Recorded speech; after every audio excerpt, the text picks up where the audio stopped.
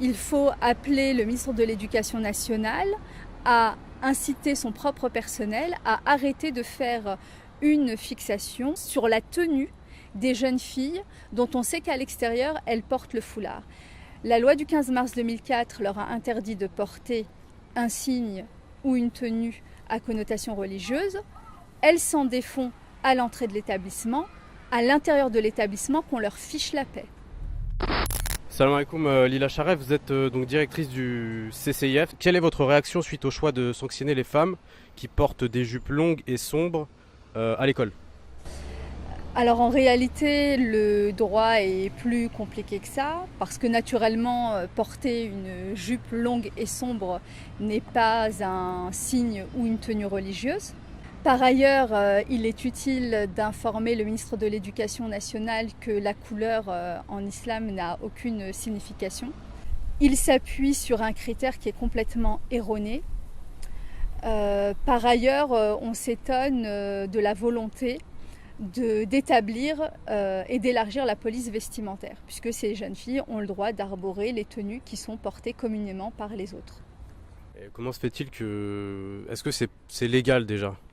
Eh bien, si le chef de l'établissement cherche à interdire le port de jupes longues et qu'il considère que cette interdiction est fondée sur le fait que ces jupes longues sont religieuses, cela paraît très curieux et effectivement c'est loin d'être légal.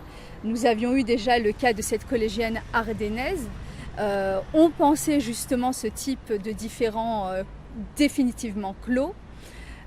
Donc il faut appeler le ministre de l'Éducation nationale à inciter son propre personnel à arrêter de faire une fixation, de se focaliser sur les jeunes filles sur la tenue des jeunes filles dont on sait qu'à l'extérieur, elles portent le foulard. La loi du 15 mars 2004 leur a interdit de porter un signe ou une tenue à connotation religieuse. Elles s'en défont à l'entrée de l'établissement, à l'intérieur de l'établissement, qu'on leur fiche la paix. Moi j'aimerais avoir votre sentiment. Ça fait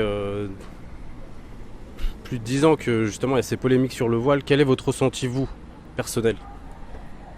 Eh bien, effectivement, ces polémiques sur le voile prolifèrent depuis plus d'une décennie.